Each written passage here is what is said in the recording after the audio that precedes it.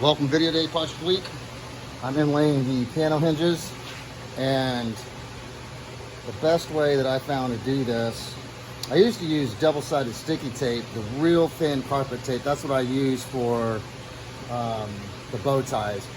But I found to be more accurate, I set the hinge where it goes, I screw it down so it won't move.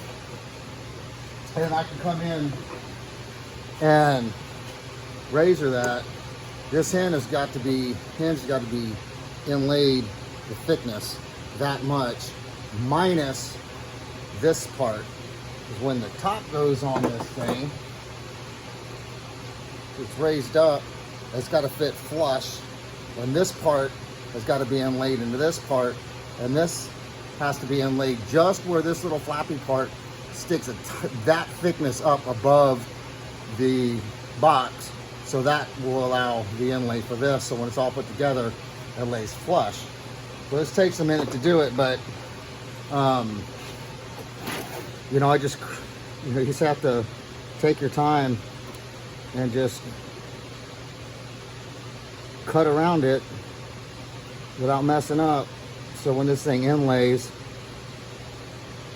it looks really super clean.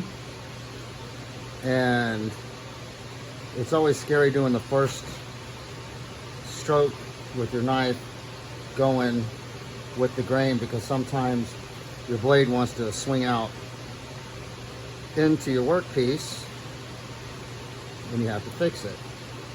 So anyway, this is how this is done. I'll take the hinge off and remove that material.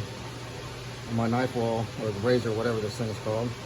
This razor line will be my guide. Each pass, I go just a tiny bit deeper to establish a nice, good, clean surface when this thing actually is inserted.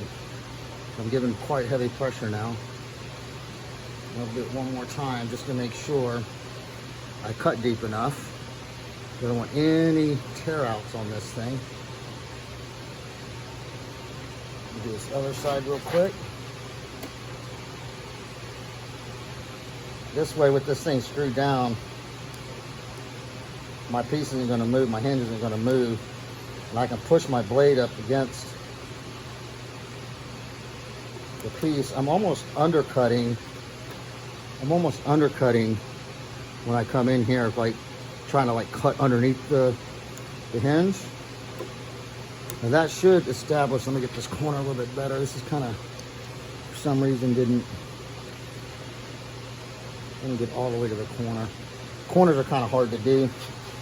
I don't know why I have a problem with corners, but you think after doing a million of these things, you wouldn't screw it up, but that's not the case.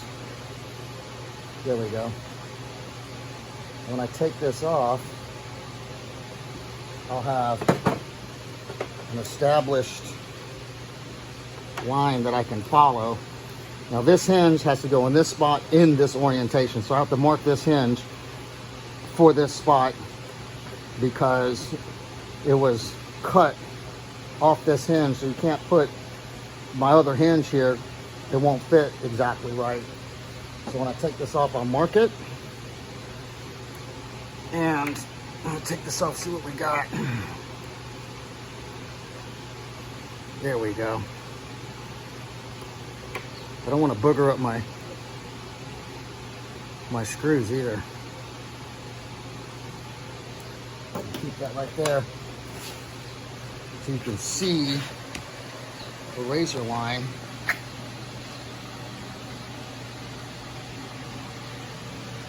Now, when I inset this thing, I'll come and I'll get my marking gauge and I will mark down here where this I won't tear out these fibers. I'll razor this also, the depth that it needs to go, and remove this material, and that hinge will be inset.